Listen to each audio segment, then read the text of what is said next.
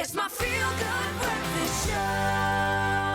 Welcome back. It is your Feel Good Breakfast Show on S3, and I hope you're enjoying it as much as me because I'm just soaking up all the information, because come race day for the Cape Town Cycle Tour, it's going to be overwhelming seeing all of the riders on the starting point waiting to get going.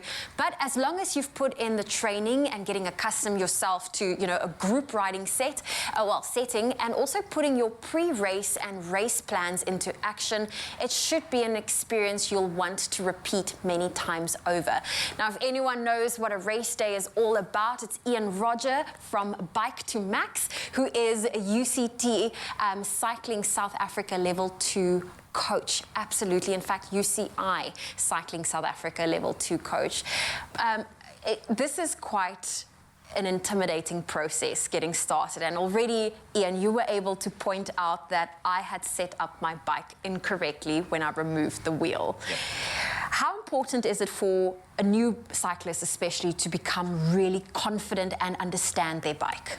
Super important because, you know, if, for example, in your case, if the quick release mechanism on the front wheel is set the wrong way, it can work itself loose in the ride, potentially, and then your wheel can start working loose, or even worse, fall out, and you have a horrendous crash. So it is super important to have just a, you know, working understanding of how things work on the bike, so that you can identify if something is a little bit out of kilter and then get it fixed. I mean, even on the start line, they have mechanics at the start line of the cycle tour, and people run there in the last minute panic. So it's good that that's why you need to know kind of how it works, so you can identify when something's wrong and then find someone to fix it in a hurry. Okay.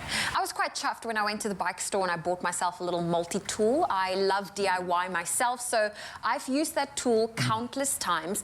Now, when it comes to, you know, being race ready, starting off in a pack, what is the best way to really wrap your mind around that? Because that is quite intimidating.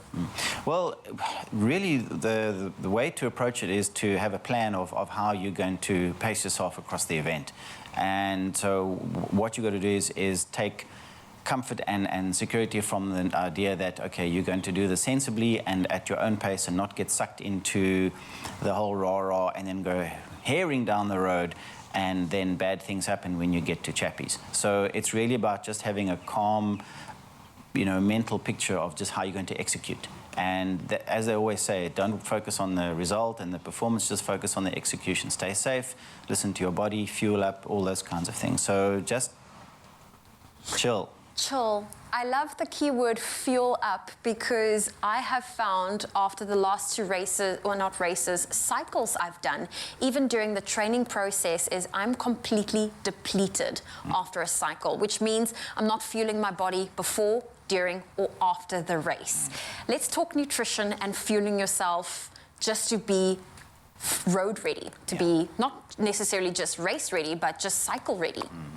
Well, you know, there's quite a lot of hype at the moment about the intermittent fasting, and people are shying away from carbs. And so let's just be clear, carbs are your friend in this setting. We all like carbs. I unfortunately like all of them. But so the carbs are definitely your friend. So the fueling up is two aspects really to this thing. One is overall nutrition, and the other one is fueling up on the day. The fueling up on the day is not so much about complete nutrition. It's just about getting carb calories down the hatch to fuel the legs to keep you going. So there you would not do the thing of nuts and druvos and other things. It's really straightforward and simple, and any of the commercial energy drinks, gels, bars, any kind of combination of those that you feel comfortable with, which you will hopefully have practiced with in some of your limited training rides, so that you know which ones are palatable and so on.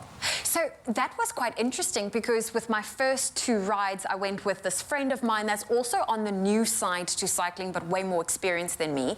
And when I went with someone that was way more experienced, they said to me, you need to hydrate every 20 minutes. What is your rule of thumb for hydrating or just getting a little bit of energy into the body? Well, the rule of thumb is that you can fortunately do pretty well drinking more to thirst, and not everyone sweats the same.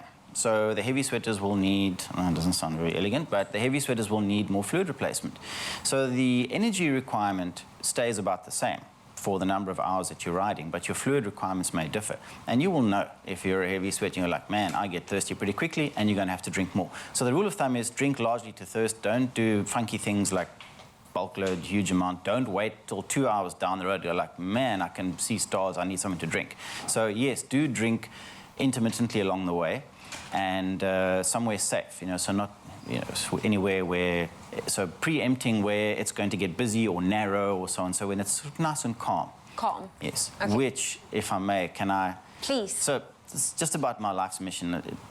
This has to stop. So I don't know where it came. Well, I've got an idea where it came from. So what you see too often in the races, now, and yeah. So they pull their bottle out and they go, let's make this safe and show everyone that I'm going to drink my water because it's much safer to dangle my bottle in your face somehow.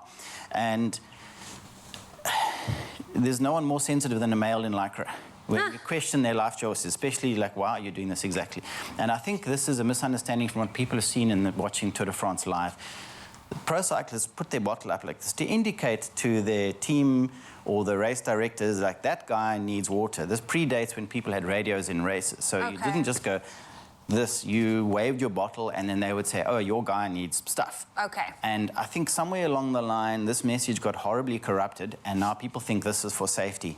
It is not. Never, ever for safety. It is dangerous. Okay. Nobody appreciates a bottle in their face at 50 k's an hour or anywhere. Yeah. And you got more chance of dropping it out there. So just focus on... Just pick it up, have a sip, put it back. Put it back. And just drink. You can drink preemptively, just don't drink vast amounts. Okay. So you don't have to worry too much about an exact schedule because it depends on how hot it is. Depends how hot it is and how hard you're riding. I mean, with the weather we've had lately, it could be 30 degrees really early. We've had cycle to a stop because of the heat and because of rain. So you never know.